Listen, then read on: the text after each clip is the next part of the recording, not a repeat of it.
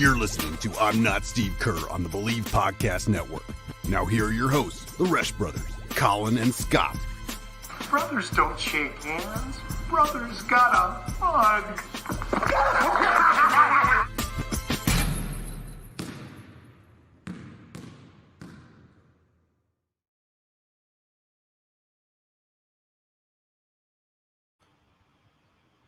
Welcome, everyone. The first live program, I'm Not Steve Kerr, episode 14. Those of you joining us, see there's a few of you. This is going to be a fun show.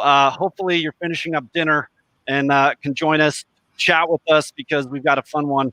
An old friend of mine joining the program. You can grab a beer like we're going to be doing. It is dinner time here on the West Coast, 7 o'clock, 8 o'clock Mountain Time, where Scott's going to be coming to us from. And speaking of, let's bring these guys in right now. Scott on the right. Yo. Corky Gainsford in the middle.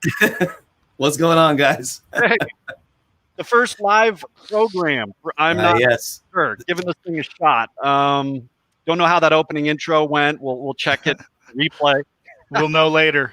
We'll know. This is a nice Resch Brothers sandwich we got going on here. Yeah, there you go. The cool thing about doing this on StreamYard, which obviously this is live on YouTube, Facebook Live, and Periscope, which Periscope, by the way, goes away in 2 weeks. I just learned that today.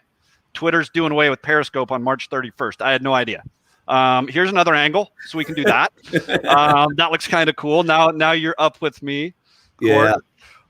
So Scott is in Park City. Corky coming to us from Las Vegas, Nevada. And everyone that's joining us, please bear with us. I think this is going to freeze from time to time, but those who are going to be listening on the podcast, we've got the audio taken care of. So if you're driving in your car listening to this in the coming days, it'll be clean. But for those watching live, like I said, it's not going to be the best, but we're going to have fun with this. Corky's in Las Vegas, where he just told me. Yeah, Wait, what are you cracking right now? Don't hurt yourself there. This is a Corona. I don't get hangovers from Coronas. Hey, you know what works. Go with what works. So you've got a beach beer, and I don't know why, but I went with a beach beer today too. I'm at this local store, and I'm like, oh, Fire Rock Kona sounds good. Maybe we just wish we were on a beach somewhere. I don't know. Always. That's like the best part on tour is when you have tour days on the beach. That makes everything better for like the next several days. Right. So best stop you ever had, Blue Man Group. Virginia Beach and Tampa. They were both beach days. We had days off at the beach, and those were always the best. Okay. Yeah. Scott, what are you drinking tonight? Well, I'm trying to one up you guys with a little Old Elk Manhattan right here. Actually, the truth is I ran out of beer, but okay. There's nothing wrong with a little Manhattan. So. Absolutely. Be just fine. I'm going to be just fine. Can appreciate that. So Corky and I go way back, as does Scott and Corky, actually, same amount of time, right? We all went to high school together. Corky was in my grade. Scott was a year older than us. And, man, we've got some stories that are going to be fun to tell tonight, and yes. Maybe some more fun than others. Well, what I remember is I played soccer and ran track and played basketball, and we had a decent basketball team in Old Monroe, Washington. And in 8th grade, there was a solid like 8 or 9 of us that had played together for a few years, and somehow in 8th grade, I ended up being a starter on our junior varsity team, which was interesting. I was never the greatest basketball player, but I hustled a lot, and I think I earned a starting position that way. And then in 9th grade, this guy named Colin shows up that never seen before, never met before, plays basketball, and obviously plays way better than me at the same position. Mm-hmm. And so instantly I was like, well, I'm not going to be a starter this year. And then what made matters even worse was we had a teacher who was our coach named Dave Brecky, who did not believe in basketball players having long hair. Yeah. And I had hair that went right kind of past my shoulders. And Dave pulled me aside and said, if I wanted to play basketball for his team, I'd have to cut my hair. And in a very rock and roll moment that has continued in many aspects of my life to this day, I said, I don't feel like cutting my hair. Not only did I move out of the starting lineup, I moved down to third string and didn't play any time that entire year. I refused to cut my hair. Now the question is, I did not know that. Are now you the kidding? question is, would you have cut your hair had you been a starter? That's a very interesting question. I just remember I'd been focusing more and more on music, and I'd been taking drum lessons at that point for a few years. And I remember going to my drum lesson and asking my drum teacher what he thought. And he had like super long hair, and he was like, "What, were they going to make Jesus cut his hair because it wasn't long, or because it was too long?" That kind of thing. He thought it was the most funny thing ever. So, I decided after sitting on the bench for a full season that the band was having a lot more fun playing songs, and there were a lot more girls over there. So I figured that might be a better spot for me in the upcoming years. So Colin took over all the guard stuff on our basketball team, and I went and played drums instead. It worked out all right. And it was always like, it was funny because I've told that story and people thought that I was pissed at Colin. I was like, dude, that was the best thing that ever happened to me. Like, I had no business being on the basketball team. Soccer Gave me direction. Yeah. But like Colin was like, dude, seriously, like you belong over here. And I was like, thank you. Yeah. Well, it is funny, right? Because I remember, here's what I remember. I don't remember your hair and all that. I remember that the very first game when our freshman year, I didn't start. Preston Sprinkle started in front of me. Yeah. And I remember coming home thinking, oh my God, I'm like 100 times better than Preston. I'm like, I'm going to crush this dude in practice every day until Brecky figures it out. And he like the next day figured out. I was like, Colin, you're starting. You're like, and so I guess I didn't know I did this to you too, but you went on to do what you've done in life, which is amazing. And Preston is like, as we know, one of the smartest people ever. Yeah. Is what, a doctor in New York these days. I'm sure you've stayed in touch with Preston, but I think things have worked out at least the way they were supposed to for all of us. Totally. Totally. We all found the spot. That's where like, cause I have a kid, my oldest is in 8th grade going into 9th grade next year. And I keep telling her that like, when the things that she's not sure about in life, she'll start figuring out very quickly. Cause a lot of us had some transitional moments when high school came around. Right. So, right. That was definitely here for me where that happened for sure. Yeah. Yeah. Well, I still remember, I think this would have been our senior year. So Scott was probably gone, but when you really started to get into the music scene, you had a band called Pandora's Dream. Remember that? Oh yeah. And I remember you played, it was either once or twice at this, it was what would you call it? Club. It was the Valley Rally Fitness Club. Valley Rally Fitness Club. Yeah. And you got it for the night and you guys played and we had a good turn. It must have been like 100 people there, or at least it felt like it. You know? It was some real DIY stuff, like very punk rock, where there were no venues, obviously, in Monroe, Washington. And someone along the way had discovered that, you know, there's a open space and a stage at this local fitness club, and they would, you know, do their aerobics or whatever in this room, but there was a stage and a space where people could gather. And so we fully like rented out the space, whatever few $100 they charge us to rent the space for the evening.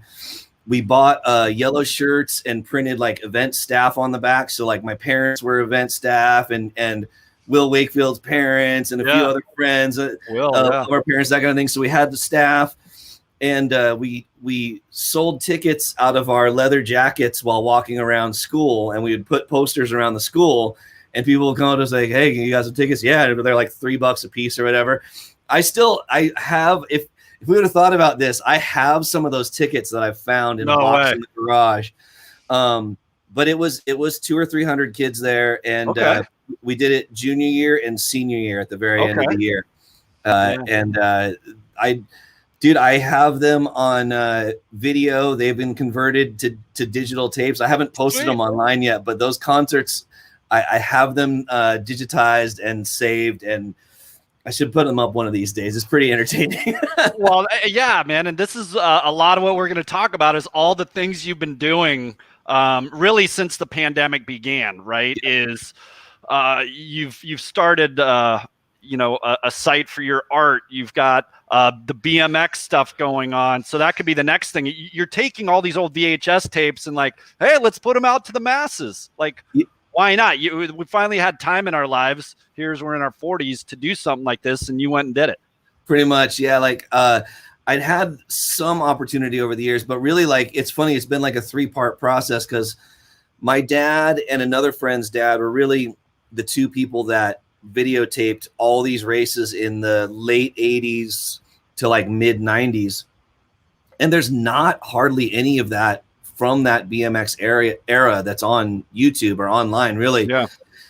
And so that was part one. Part two is my parents own a VHS to DVD converter. And so it's been my mom who's taken up the task of we have all these boxes of VHS tapes and they no longer belong in this house. So she just like puts one in, hits record, leaves for a couple hours, comes back and hits stop.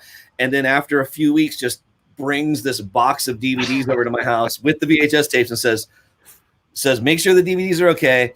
Throw away the VHS tapes when you're done, or let me know if I have to redo them. And then, I'll digitize them and then separate the races and put them all up. And it's been really cool because like there's a bunch of old BMX friends from over the years that we've kept in touch or got in touch online through whether it's, Facebook or Instagram or whatever. And it's been a cool way to just kind of reconnect with some of those guys that, I mean, we were racing in that circuit 20 years ago. And all this footage has been sitting on my VHS tapes in a box somewhere. So like, no one's seen these races. Like, I don't even remember this race, half the time. Here we go. So Colin's popping up a race from 1993. And this was a good one that I just posted the other day where me and one of my rival competitors are racing. And this is in a qualifier heat, and I'm not too happy about him trying to catch some style in front of me. So I'm not really going to let him beat me in this race. You'll see in the last turn. Boom. Wait, that's not legal? That actually is legal. Okay. We were even, and or I was ahead of him when the contact was made. And when you're ahead of the other person, you have right of way. So it wasn't the softest hit by any means, but it was a solid hit. But bumping elbows is always nice and clean. If you're going to get DQ'd, it's more about hitting someone from behind. If you hit them from behind and they go over a turn, you'll get DQ'd. You crash them from behind. And I just want to have footage of this same dude hitting me from behind and him getting DQ'd. But right here, get off me. One of the old racers that saw, he goes, dude, it was like you were a buffalo and he was a feather. Just gone. Well, what I noticed watching that video the other day is if you've really watched it and listened, there's a guy in the crowd who's yelling at, what were they, umpires or refs, like, you better call that, man. You better call that. He's like screaming, like, for you to get DQ'd. The irony is that one weekend, my team Powerlight and his team Haro were literally sitting, our tents were next to each other in the stands. So the entire weekend, Team Powerlight and Team Haro are sitting next to each other, and then that move was made. so yeah, it's crystal clear that they were not happy about that. That's funny. Hey, everybody tuning in, we want to hear from you. This is a live stream. You can chat. You can send comments to us. We'll even put them up on the screen. If you've got something for Corky as we go along here, let us know. And if it's a good enough question or comment, we'll put it up. But I'm going to add another one to the stream here since we're talking BMX, Cork. So you were one of the always ranked like first or second through high school in the world. I remember this. And you did this all the way through your Stanford days. Is that correct? In Stanford, I slowed down a bunch. I turned pro, but only because I knew I could make a little bit of money in the pro class, in the rookie pro class in particular. The guys that did it as a career, that was on a different level. So here we are, same year, 1993 World Championships. This is in Holland, and the finals here. And you're in the yellow and orange right there. In the yellow, winning going into the first turn, and we all crash. And this dude cruises home. Yeah, this dude right here in the red and white, he was actually in my qualifier motos. So I'd raced him in all three qualifier motos. I'd raced him in our eights, in our quarters, and our semi. He hadn't beaten me once all weekend. But we both made it to the final, and then when it gets to the final, he has an outside lane, goes around the outside of the crash, and ends up winning the world championship. Right. It's like those Olympic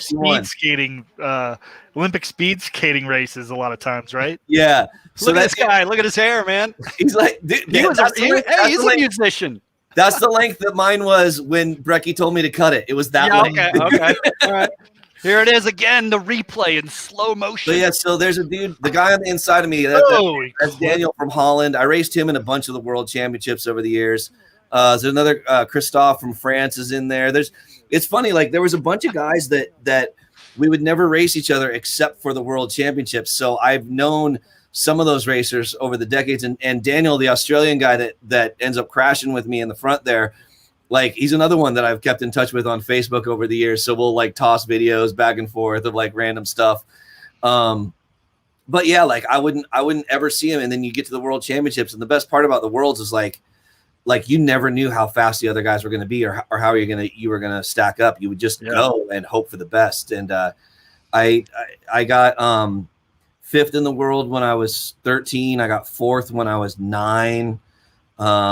I ended up getting up and getting third that one where we all crashed. And then the following year I got second, where I was in second, went into first, got passed back and getting second in the end. But it was a cool the worlds were always the best, like just racing.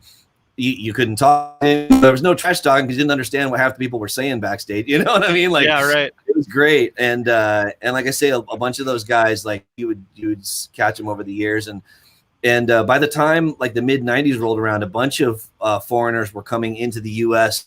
to race in the U.S. circuit, France in particular, England, Australia. And a bunch of those guys stayed in the U.S. and made a full career going through like the mid late 90s out of BMX and X Games and that kind of stuff. It was super cool to be a part of. Hey, we got our old friend Tate Kyle chiming in on Facebook. Hey, Tate, what's up, man? Corky, those were cruisers versus smaller frames, right? Let's see. On the two clips Colin just showed, those were 20-inch frames, but it was typical for us to race cruiser and 20-inch. So there's footage of both those types of bikes, and it's a 24-inch wheel versus a 20-inch wheel. But those allowed us to race twice as much. There's twice as many world champions when you have a cruiser class and a 20-inch class and that kind of thing.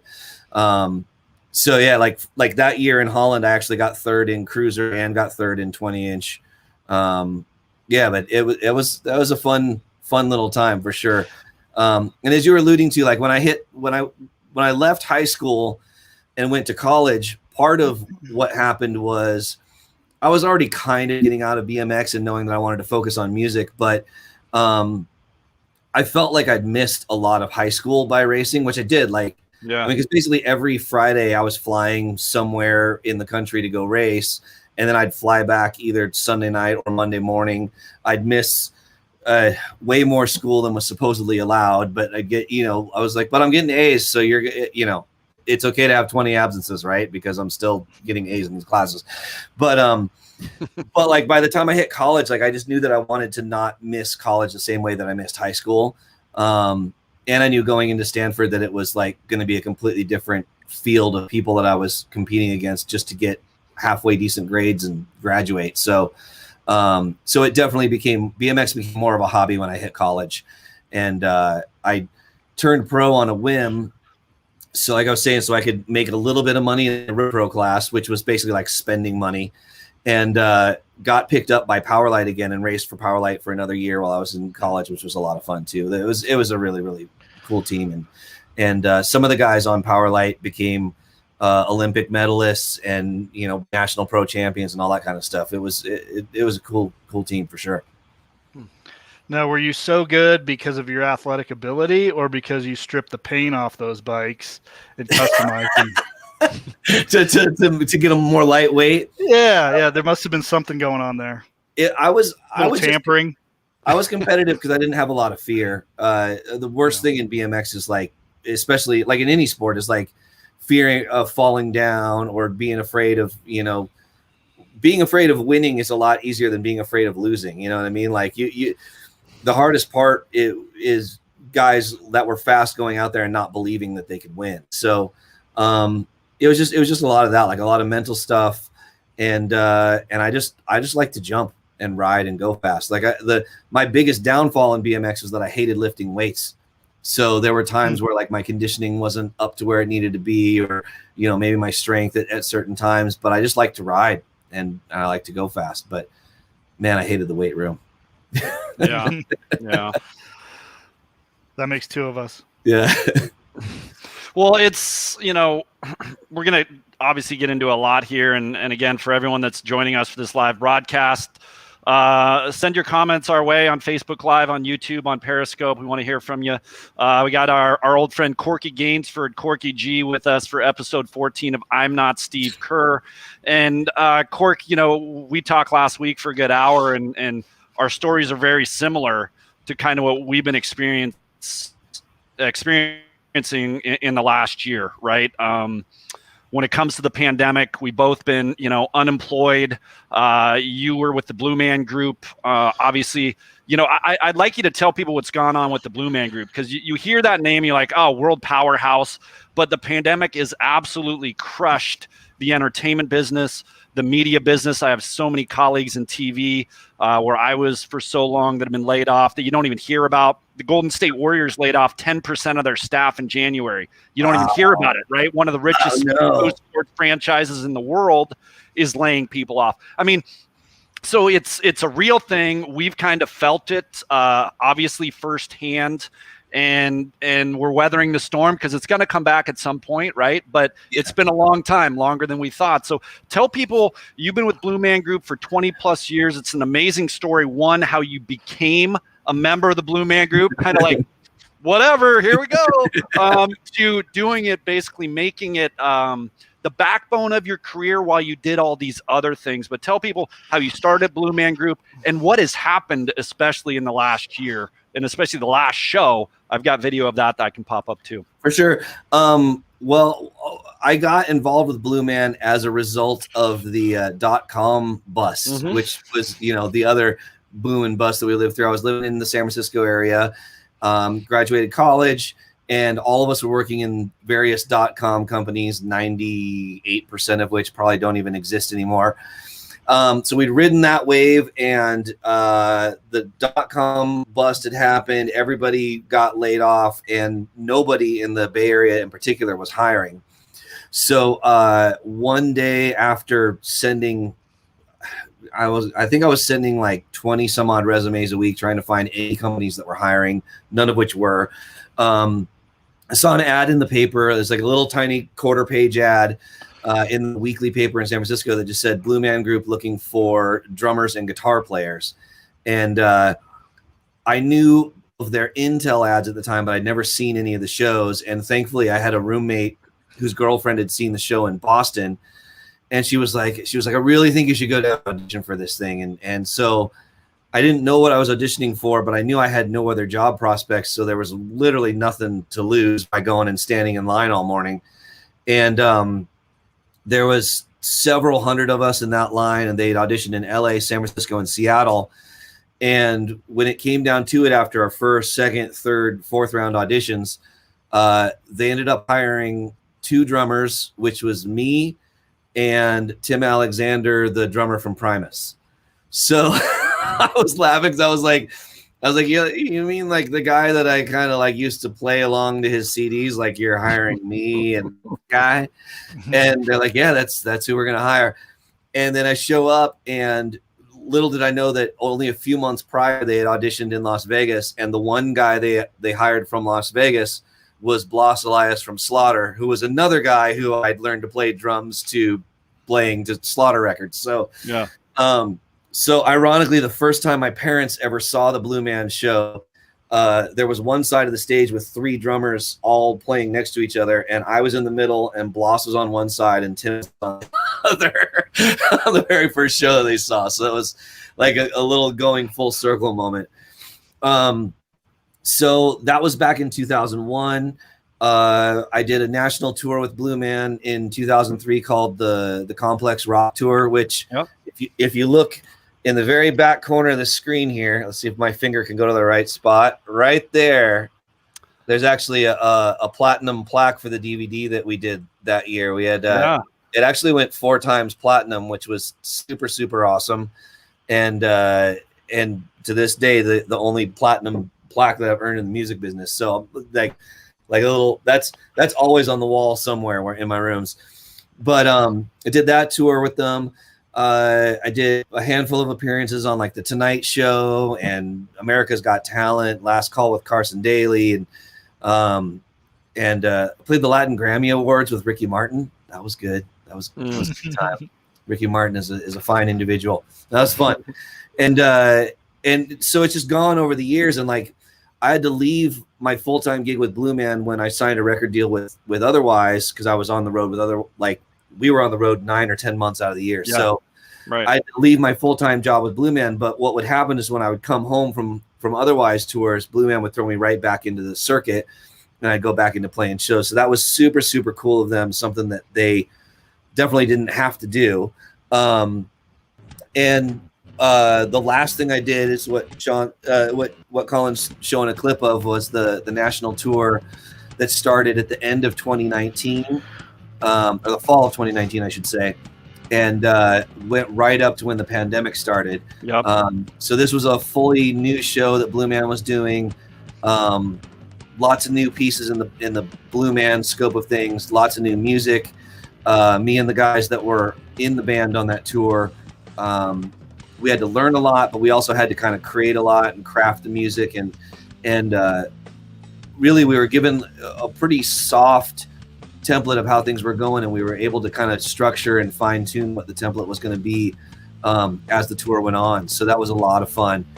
And just for clarification, you've never been a Blue Man. You're in the suit. Just so people that don't know, you've never been a Blue Man. You're on the drums, and that's you. Whatever you're doing for each particular you can see the show. Blue Men. You can see the Blue Men tiny in the top of the screen. Yep. That's kind of where it looks like from our point of view.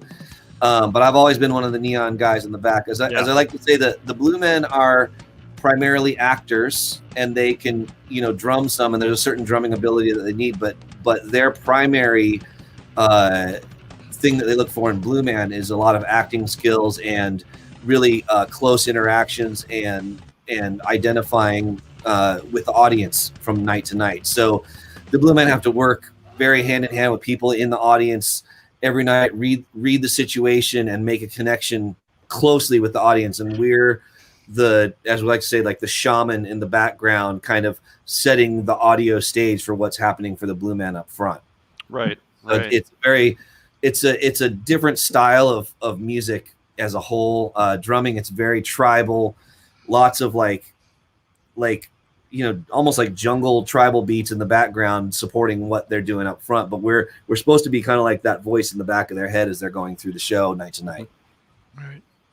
So I saw you when you brought up, you pointed there, 2003. I went to the show in Charlotte.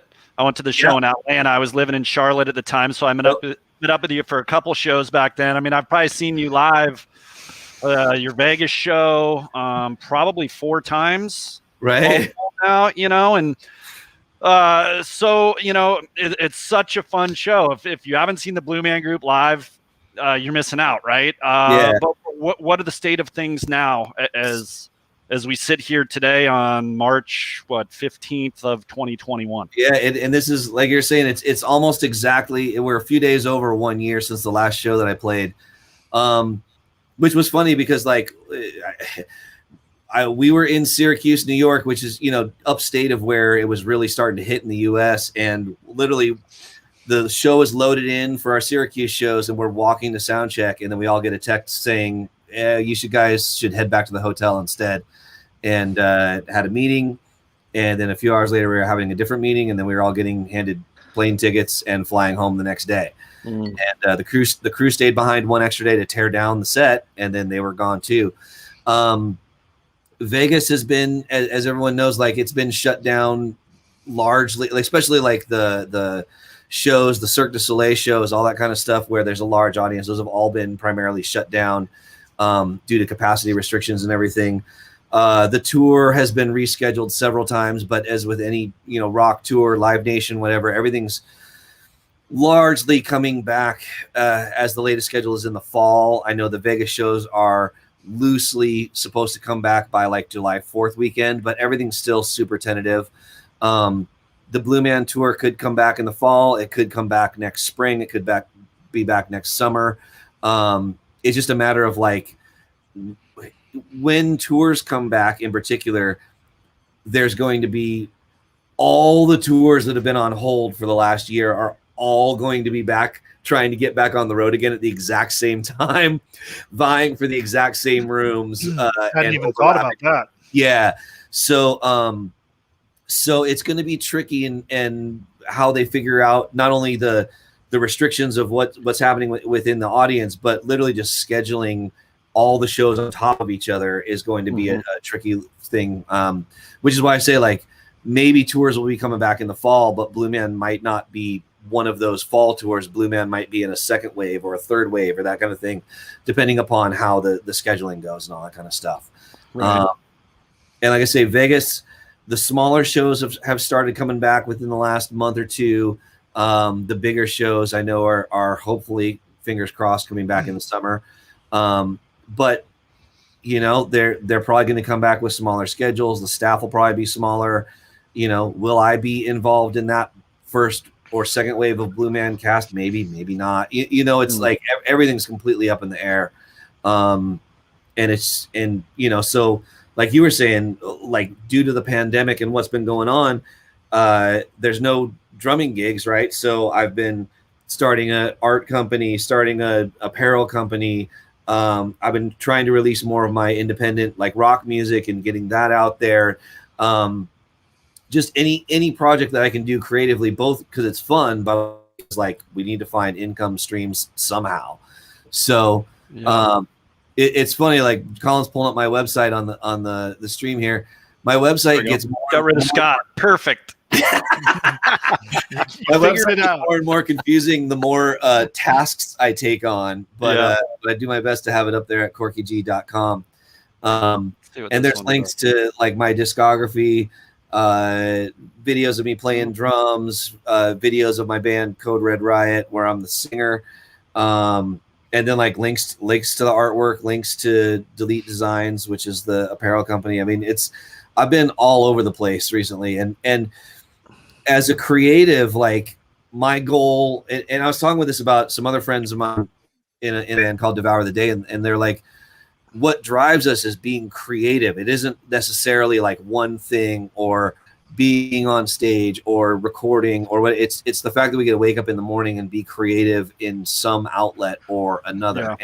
And it spreads you thin sometimes trying to get all those bases covered, but at the same point in time, it's super fulfilling trying to keep your hands in all these baskets and like I've been focusing on my art the last few weeks, both with that website for corkygart.com, also finishing canvases, selling and shipping canvases, and then with the whole NFT craze that happened over the last little bit, where people are selling their art digitally online, I'm scrambling and trying to be involved in that NFT space, and that all occurred over the last week and a half, where my old manager of Otherwise called me up saying, dude, I like your art, you really need to be selling NFTs. And I'm like, what are NFTs? So like you're saying, Colin, like it's a lot of scrambling and a lot of eggs in a lot of baskets, but as a freelancer and creative, it's been monetarily it hasn't been the greatest year, but creatively and fulfillment wise, it's actually been quite a cool year to have that time available and mental space available to be able to reach out into these areas that I've wanted to and never felt like I had the time to do it. That's a huge bonus. Yeah, it seems you've probably found different realms in your art that you probably couldn't get to before because you were so busy with music and everything that you couldn't explore. Yeah, I mean, because just from regular gigs, like I would work 30 hours a week, let's say, doing gigs, whether it's cover bands on Fremont or Blue Man shows, or I was working in a show called Tenors of Rock on the Strip and a show called Raiding the Rock Vault on the Strip. So you're going to gigs and setting up drums at some of these places, and thankfully good God, drum techs are the best thing ever because you don't have to set up.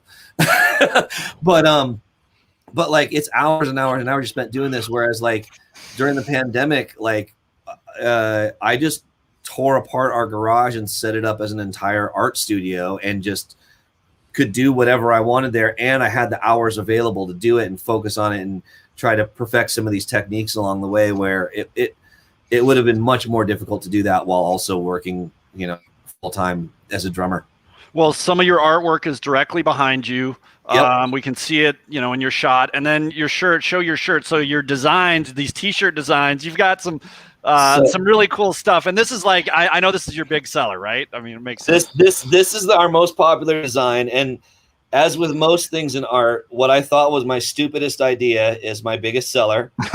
Because I put this up as a joke. I thought it was funny because this is our entire lives as musicians, is when we're learning songs, it's loosely going to go something like this. Yeah. And for musicians, especially like my friends in Las Vegas, where we're playing in a million cover bands and every week we're learning a handful of new songs, like that's the process, what's verse, chorus, bridge, chorus, right?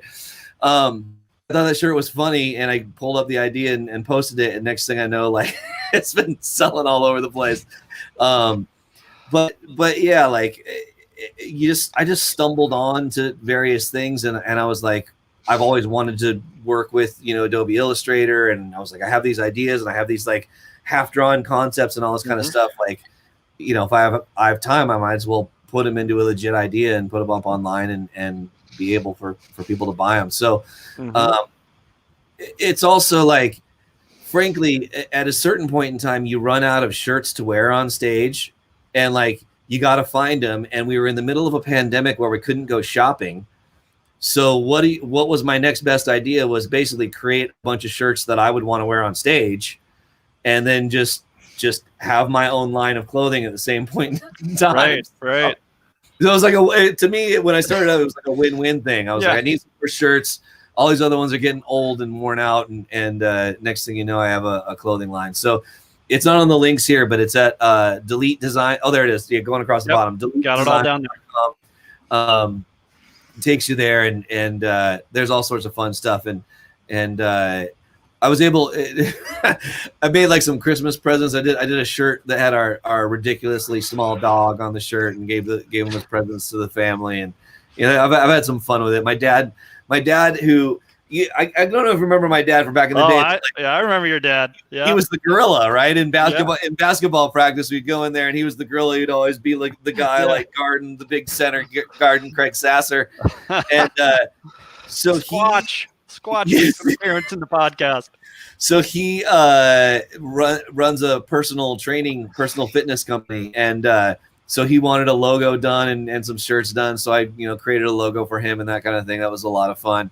And he's in his mid late 60s. And so how many personal trainers are of that age when, and so he has a very specific client list, and it's a bunch of people of that age looking for personal training. And there's someone, in that realm, training them now. So it's been a really cool thing for him to do.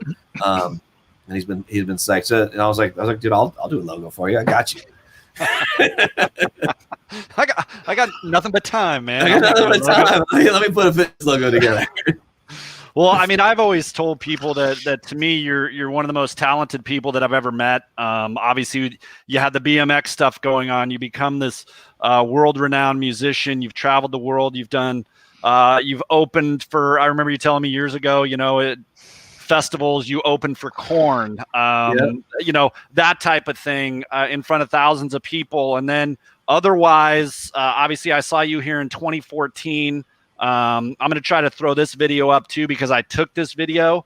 And tell me about this song in particular. You told me when we were talking on the phone last week, but it's called Soldiers, and it became an anthem. And I'm actually surprised it didn't get more traction, even though it's gotten worldwide traction. But here in the States, to me, it just seems like something that should have been in so many movies, you know? Yeah, therein lies the positives and negatives of the music business, right? Yeah. Yeah, it was funny. Like we wrote that song and recorded it in my garage, and we thought it would be an awesome live song. It has like a long build to it and all this kind of stuff. It felt like it would be a really cool live experience. And from the time that we first played it, people really latched onto that song. And when we handed a demo to this guy named Jose Mangan, who was the program director at Sirius Octane on satellite radio, it was like, I can't remember if it's like the second or third song on the CD, but we literally handed him this CD with Sharpie written on it, otherwise. And we never intended that song to be a single, but he really latched onto that song as well and started spinning it on Octane. And within a few months, we became the first band, the first unsigned band to ever go to #1 on satellite radio. And so obviously when that was happening, that all the record labels started calling up. We signed our deal and had to get the record out really quickly because we had barely an album's worth of material, but we had no album recorded, and we had a song that was on the top of the charts. And so it was just like a real rush experience. And from the moment we were signing that deal, we were off and running. And really, like, Soldiers is a song that never stops. Like it's I can't even remember what the number is, but like the streaming numbers it's like 1 million a month or some crazy number like that. Like it just never stops. And for a band that had what we felt was like a pretty decent catalog, like that song always stuck out. So yeah, like I say, Soldiers was always a cool song. I know I have footage of us playing it in front of like 20,000 people and footage of us playing in little clubs and all sorts of good stuff. But like, yeah, I left that band after a couple album cycles, but it that song never stops. It's pretty crazy. Yeah. Well, what did you tell me recently? What did it just eclipse a certain number? We're waiting for the official certification, but there should be an official announcement of a very cool nature in short amount of time. I can't announce it until we get said certificate check mark in hand. Right. But it's about to bypass a certain pinnacle that we will be very psyched and surprised about. That's Ryan, the guitar player there. Yeah. This footage is from the Rock on the Range festival, which it's now called Sonic Temple. But it happens usually every May in Columbus, Ohio. Yeah, Ohio. And this is the second stage. It's not even the main stage. The main stage is in the stadium. The second stage is right outside the stadium, and there's like 20,000 some odd people there. You know, it's crazy. Like looking back at it, because when you're there, it just looks like this sea, and it still just looks like a sea of people. Yeah. But there we are. That's yours truly. there you are. Trying to keep everybody on pace and in the right place, right? That's the job of the drummer. Yeah. But it's fun. It's fun, man. Those festivals are the best because you go. Not only are you playing in front of a huge crowd, but like there's autograph lines and photo moments and all that kind of stuff where you really get to interact with a lot of people, and those are the same people that come to the club shows after the fact. And usually, like the signings, we've been in there doing signings and photos for like 2, 3, 4 hours at times, depending upon the festival. There was one in Indiana where I remember specifically we spent 6 hours at the merch table signing autographs and taking photos. But it was like, if the people wanted to show up, we wouldn't leave until the line was done or we were kicked out. So that was a lot of fun, man. That's the best. So otherwise, is no more for you now. Tell people what you get. Code Red Riot, you started when and where's Code Red Riot now? Because you're coming out with new music a lot in this last year. For sure. So what happened was I left Otherwise and started recording and finishing a bunch of new material myself, because I'd always been a songwriter and multi-instrumentalist. Most of my job and otherwise was as a drummer and songwriter. But when you are the drummer, people assume you have no songwriting abilities and or songwriting contribution. So, but you sing as well, not just the. I mean, you can play pretty much every instrument. Am I wrong? At varying skill levels, yes. Sure. Sure.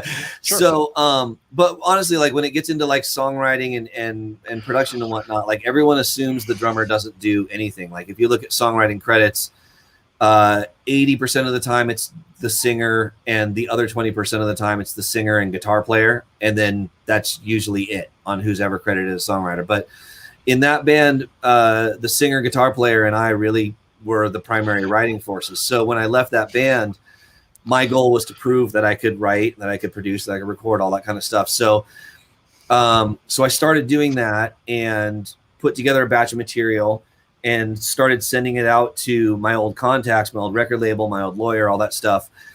And their response was, "Hey man, this music's pretty good. Who's singing?" And I'm like, "Well, it's me that's singing." And they're like, "Well, you should start a band." And so what started as me wanting to have a calling card as a producer and a songwriter so I could start working with other bands turned into me starting a band and signing another record deal. So it wasn't the intention, but next thing I knew, that's where I'm at. And so I ended up recording a record and releasing it on Sony, which had bought out Century Media Records by the time that record came out. Did one record with them, and then it was released at a bit of an odd time, and it's a bit of a transition for the record label as a whole, and it wasn't really the right spot for me. So thankfully I was able to get out of that deal, and everything I've been releasing through the pandemic, I've been able to release independently. So recording the songs on my own, doing the videos on my own, sometimes hiring out some friends to do some video stuff. This one, actually, the weapon video that you're showing, I'm in a hotel room, so that the footage of me singing is using the lamp in the hotel room as my light fixture, and then I recorded it at like half speed, and then sped myself up back to normal speed. So I'm singing real slowly, and it's super absurd when you watch back at like the legit real-time footage. It looks absolutely absurd, but I wanted it to be real scattered and weird and jittery when I played it back. And then since I was on tour, all this other footage is like, there's a ton of video sites out there that have stock footage that you can use, or footage that you can use for whatever purpose and pay them a small fee, that kind of thing. So I just started acquiring a bunch of stock footage and put together a video, which was finished by the time I was still on tour. And the next thing you know, the pandemic hit, and I'm like, well, I can't release new music now. So this was supposed to get released early 2020 and didn't get released until fall of 2020, when it felt like there was some time and space to start releasing new music again. Do you edit this? Yeah. Are you editing? So you do it all. Yeah. So it is fun. I mean, I went to the school of YouTube and watched a bunch of YouTube videos on how to edit in Adobe Premiere, and next thing you know, it ain't easy, and it takes a lot of time. But if you're patient with it, you can put together some fun and cool stuff. Yeah. Well, that's I've always told people, because I've been, nonlinear editing came in 20 years ago, and I've done so many different systems. But once you get it down, they're all the same, but a little bit different, Yep. So if you get one down, you can transition into, I think I've done 6 different nonlinear editing systems in my career. Right. So you just move on to the next one. It takes maybe a few weeks. And you're like, okay, now I'm in a rhythm and I got it. Totally. So that's cool you can teach yourself to do these things these days. Yeah. I mean, really, especially with YouTube, man, there's so many tutorials out there and so many just places that you can find information. I mean, both with even like with like the shirt design stuff, I'm like, I don't quite know how to do this. And you look up, how to, whatever in Adobe Illustrator or in Premiere Pro. Yeah. And then you come up with a whole list of videos and you start watching them and trying to do it. And the next thing you know, you're like, oh yeah, this is easy. Yeah. It's the same thing that we did in school, only school was official and YouTube is YouTube, but it's the school of YouTube. Right. Yeah. Who needs Stanford when you got YouTube? Right. Yeah, man. What a waste. Yeah, and like it's funny, like the last couple of videos I've done, I worked with a guy that I found on Fiverr, and just I did a bunch of research, looked through a bunch of dudes, and found a guy that was some dude in Mexico that was like, I like to create lyric videos for metal music, and I was whoa. like, great, you're my dude, and you know, and mostly it's not like because I can't do it, but it's mostly because I started really wanting to focus on the artwork or focus on the apparel and all that kind of stuff. And I was like, the videos take time. And if I'm taking time doing the videos, then I'm not doing this other stuff. So that relationship just kind of worked out. He's working on a third video for me right now. And it's been super cool, but it's like, I love making the videos, but as soon as I start focusing on the next thing, like you just got to pick and what you can't do yourself, time wise, you got to, at a certain point, start hiring people out to do it. You know? So. Well, we were talking too last week about kind of what we've been dealing with, right? You've been telling me some stories about some of the guys, you know, Blue Man Group type talent in this pandemic and what they've been, you know, jobs they've been applying for, and I've applied for all these jobs and you know, can't get anything, and you've been applying for jobs and you don't even get a call, you know, and we look at like, spent our whole career and built up to this, and you know, what do you need? And but my point is, when you talk about learning a new skill, you've always been able to do it quickly, right? Like, oh, I need to learn how to edit. Adobe Premiere is the best thing out there right now. I'm going to learn how to do it so I can make a cool video, right? I've always been, you know, the same way. And it's interesting that the two of us are trying to kind of figure this thing out in this last year, and like, wait, but I can do it. I can do that. But tell me from your perspective what this has been like, because it just has gone on and on and on. You've been applying for real jobs too. Which people would be like, wait, he's a drummer. This is Corky Gainsford, Blue Man Group, Code Red Riot. Otherwise, you know, he wouldn't need to do that. But that's what this has done to people. You know, we all got to try to figure it out. Oh yeah, for sure. And like, I mean, my background before even going into the music industry, my background was marketing and event planning, and like my first real job out of college was creating a nationwide college band competition that I basically modeled after the NCAA, you know, tournament brackets, and found a way for there to be like local band competitions that went into an online band competition, and then the voting system happened, and then we got to the Final Four, and then the Final Four bands, we flew out to San Francisco, and they played the Fillmore, opening for, ironically, Primus, you know, bringing the but like it was this whole thing. So like I was like, I have this whole background in you know, in event planning and marketing that led into like what I did with Otherwise, and you know, in charge of both like not only just the budget and the financials of the band, but like the, you know, the merchandising systems and dealing with the record label companies and dealing with the lawyers and all this kind of stuff. And just, you have a lot of hats in a lot of different areas that when you step out of the music business, because it doesn't exist because of a pandemic, and you go, hey, I can do marketing for your, you know, fill in the blank company, you know, here, or, and they're like, I don't know what you're talking about. You've been playing music for 20 years. And I'm like, well, playing music is part of it, but when you're in the business as a career musician, probably 15 to 20% of what I do is playing. And the other 80% is, like I say, designing merch, or, you know, reading through contracts, or recording, or, you know, writing, or figuring out how to put on an event and dealing with the promoter and the other bands and the production. You know, I mean, there's so many pieces that apply. You can apply them in so many different areas, but I even had the same problem when I left college.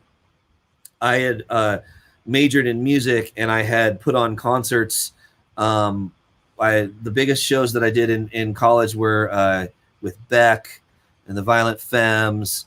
I did a comedy show with David Spade in front of 5,000 people that was killer, because David was backstage nervous asking me to walk out because I got to introduce David Spade, and he was like, "Can you make sure you tell him to try to keep the heckling down because I'm not used to doing a comedy show in front of this many people." And I get it. I mean, comedians are used to small clubs and that kind of thing, like maybe theaters, and we literally filled our amphitheater for a comedy show with David Spade. And it's one of my most vivid memories is him being nervous backstage before going out there and killing it. It was awesome. So like I say, like these are skills that apply to running any type of thing. But from the outside perspective, I left college and I'm looking into consulting jobs and various marketing jobs. And I would walk into these people's offices and sit down for the interview. And they're like, "Why aren't you going into the music business?" And I'm like, There's no jobs in the music business. If I go in the music business, they want me to sort mail in the mailroom, and I'm graduating from Stanford, so I'd like a real job, please. And they're like, "Nah, go to the music business." And I'm like, "No!" So what ended up happening is I ended up getting hired by a .com company that was focused in music. You know what I mean? Like that was how the technology and the music thing finally intersected for me, and things like.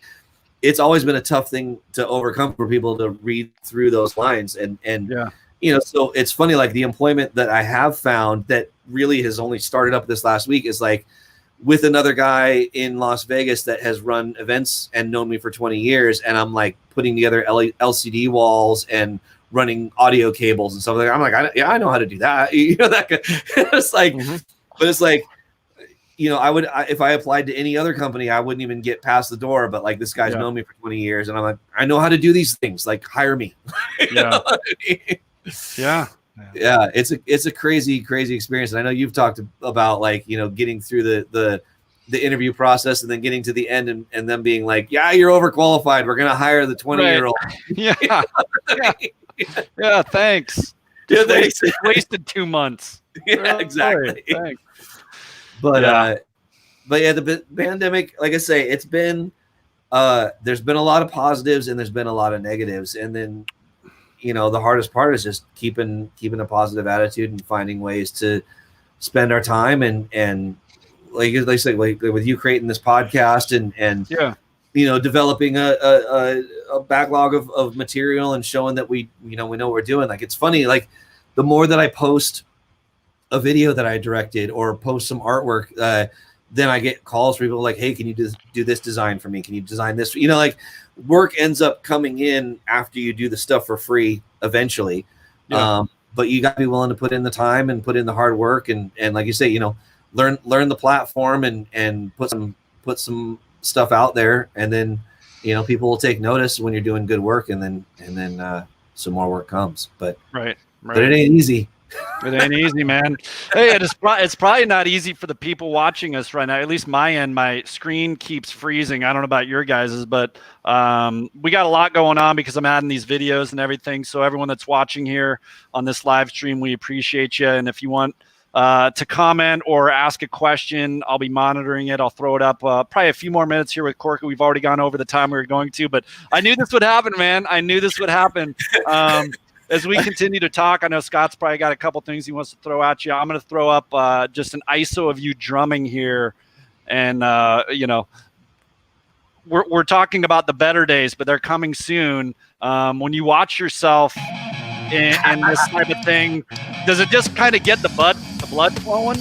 Yeah, I mean, because like back when you're learning how to play drums in your, parents' living room, which is where I learned, and basically my parents, God bless their heart, they just went to the other side of the house, just turned the TV up real loud and let me play as long as I wanted to. I mean, this is the goal. So this gig you're showing here is a New Year's Eve gig. I believe it's 20.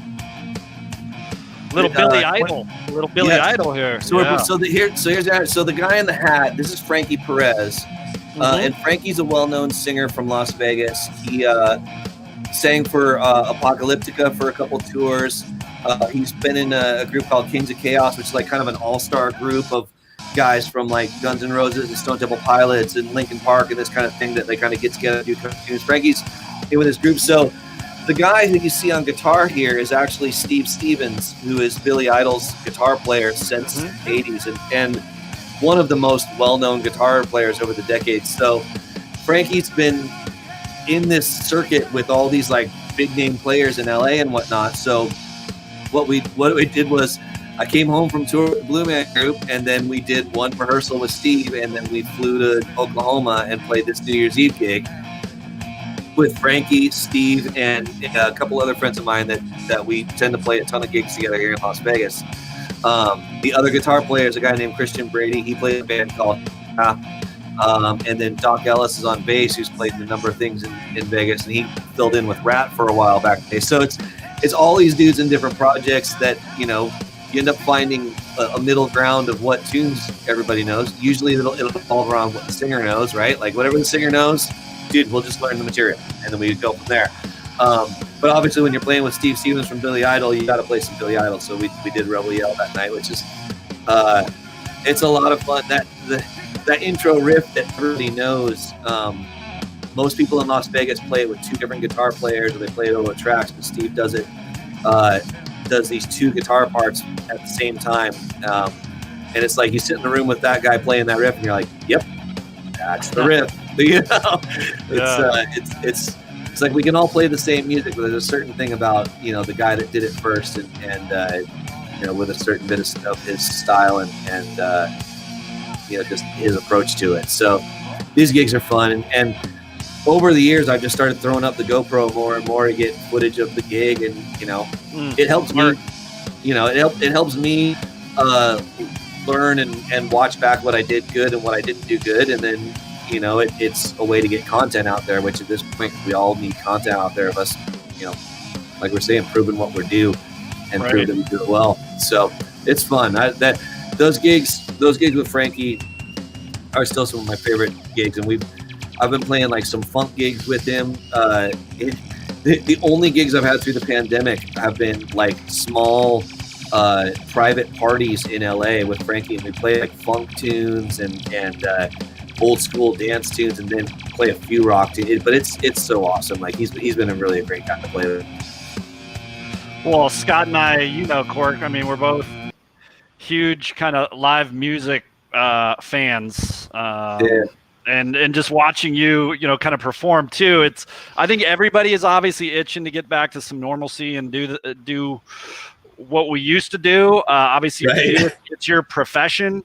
But for people like me and Scott, that was a part of, right? Like, oh, let's, you know, married with a couple kids, or at least me, I'd go see a show every 4 or 5 months, but it was something, right, that you could look forward to. Yeah. And Scott can speak to this as well, that we're all just looking forward to the day when we can come watch you, you know, with the Blue Man Group or Code Red Riot or playing with Frankie, whatever it might be, because it makes us feel good, right? That's what music does. I'll tell you, the worst part of the pandemic is when you're working, there's calluses here and here. Yeah. And look at those beautiful hands. And now my hands they're like artist hands, right? They're all nice and fine and clean, and they're like, you look like a hand model. Yeah, so like, and I literally haven't not had calluses or blisters for 20 years on these hands, and now like they're all gone because we're not playing, you know, 5 days a week or 6 days a week or whatever. So like when I do go to a rehearsal or whatever, like I have like Band-Aids all over me because I got to develop all those things. That's the worst part, is like, you know, developing the calluses and getting the blisters is the worst. And when this stuff finally starts back up again, you're gonna see all these performers having to get back in certain shape that way. I mean, the same with like, you know, like if you're, you know, not playing basketball or not playing any sport, you know, like just that, like when it's that first week of practice again and you're just in pain the whole time. Right.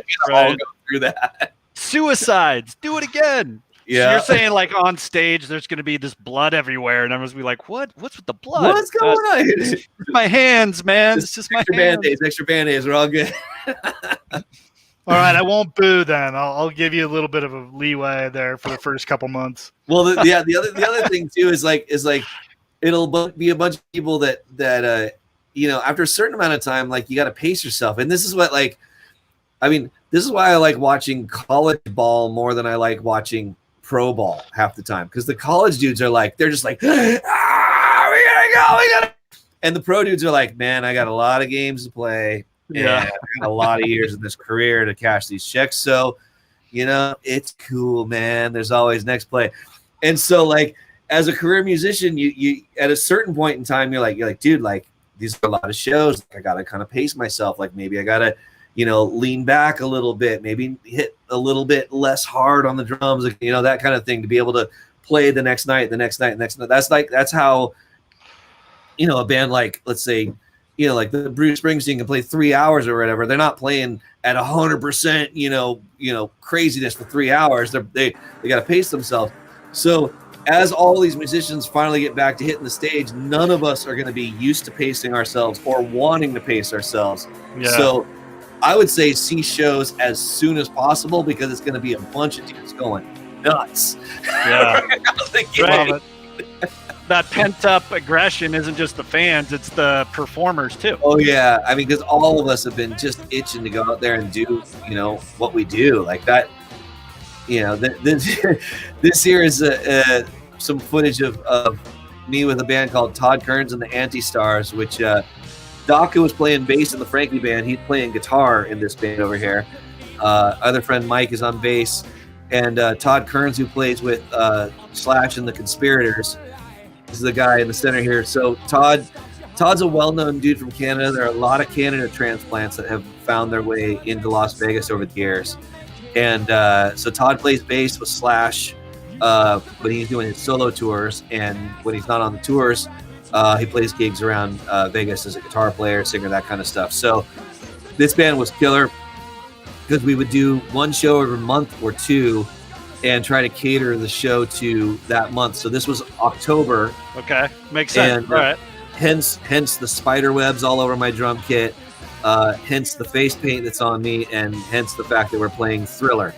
Yeah. Which the greatest part about like working with top class musicians, of which there are a lot in Vegas, but like I've thankfully been able to play with a lot of top notch musicians, is the show would be coming up, and with this group of people, we'd be like, okay, it's October. Like, are there any new covers we want to add into the set?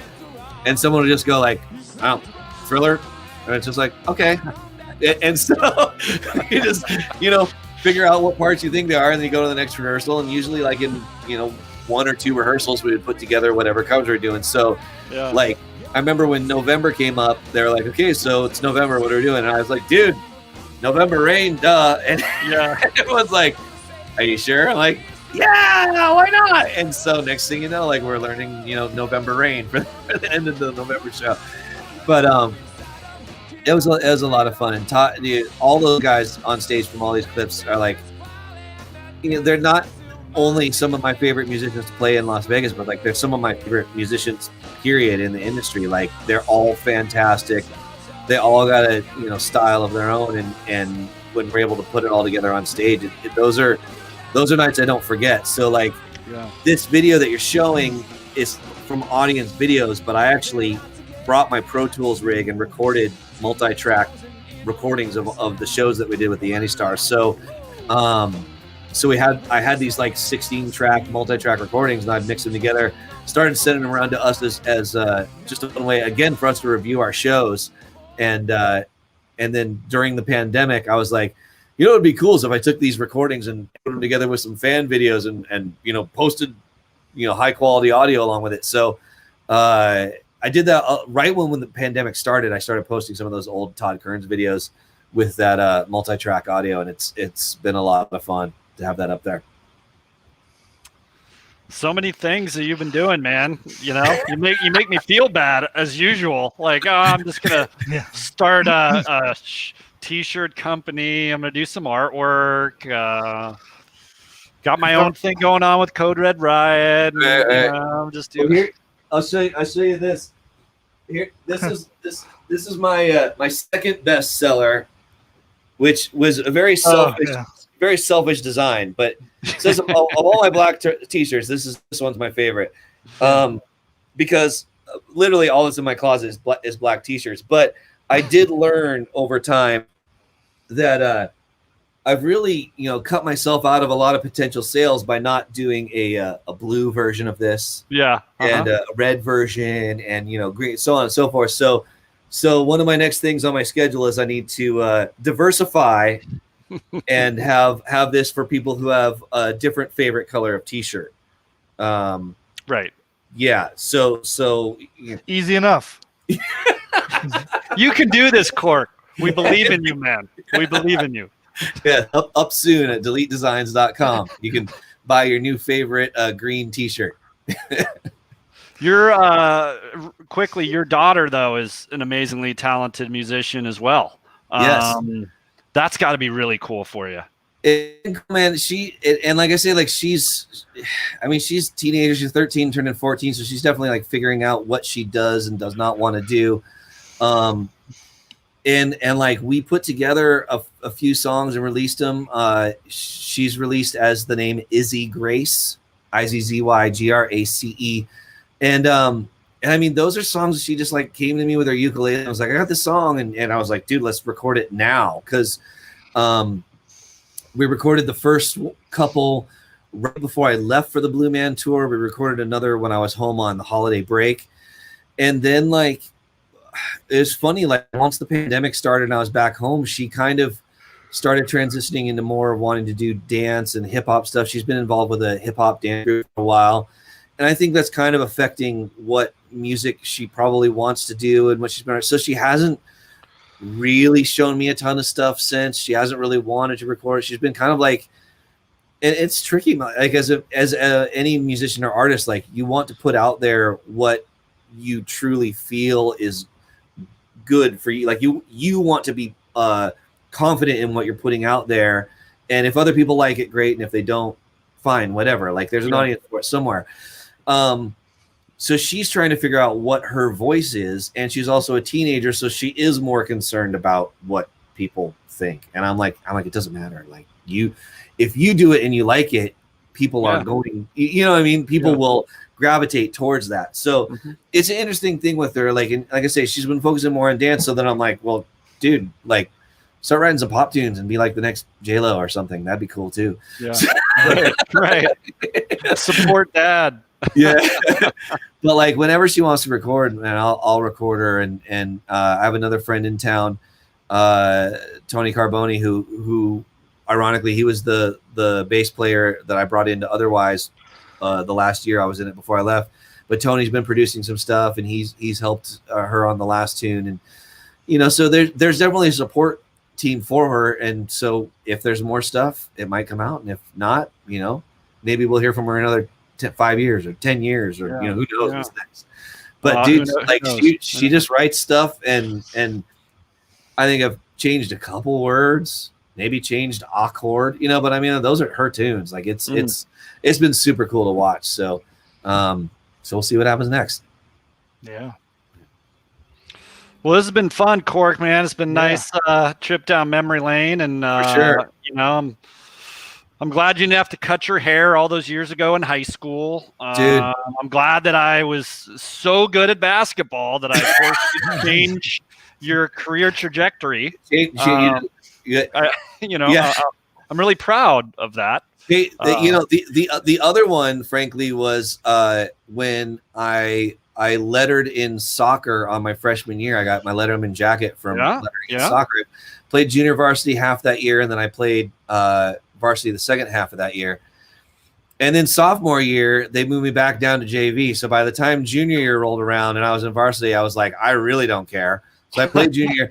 Senior year, by this point in time, I was like, you know what? I am never going to play soccer again. I'm going to play drums. So same thing. I answered some ads in the Seattle paper and started drumming in a band in downtown Seattle. And then all of us, I didn't tell anybody that I was doing this. And then soccer tryouts came senior year, and I just didn't show up. And they're like, "What are you doing? Where are you going?" I was like, "I'm playing drums." I'm so done with high school sports and all that stuff. I'm just going to play drums from here on out. And let them all think it's the hair thing again. Yeah. But yeah, that was the beginning of playing clubs and going down that path. I just think I knew at that point in time that's what I wanted to do. And then not. There were years where I didn't believe it, but there were, it's come around full circle in the end. So that's been cool. Yeah. Well, best of luck to you here, man, in the coming months. Obviously, it's been fun just being friends with you for going on almost 30 years now. Long time. It's crazy, but better times are coming for all of us, and looking forward to seeing you perform live again. For sure. It's always been a thrill, and So, I don't know if Scott has had the opportunity yet, but he knows that he's got to do it. Yep. And Denver's always a big market for both rock and for the theater stuff. So, you're Park City. Park City. So so Utah, same thing. That there's always like these nice little pockets in the country that I like to hit. So, but yeah, I'll keep everyone updated. Code Red Riot. I've been aiming to have a new single out every 6 weeks. So my next single with Code Red Riot's coming out April 2nd. And that, like I say, with the way the music industry has been going, it'll just keep popping every couple of months.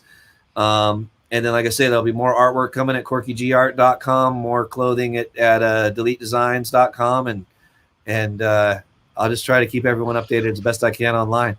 Yeah, man. Hey, keep up following. Yeah, that's right. Keep up the good fight, brother. You as well, bro. It's good to see you guys again, for sure. Yeah, this is fun. Too. Episode 14. I'm not Steve Kerr. Corky Gainsford joining us for this one. It's been fun, and we'll see you guys for the next episode. We have no idea who that guest will be, so that's our tease. And if we did, we're not going to tell you. That's right. Cork. Right on. Fun, Thanks, man. guys. We'll talk soon. Sounds good. All right, Bye, guys.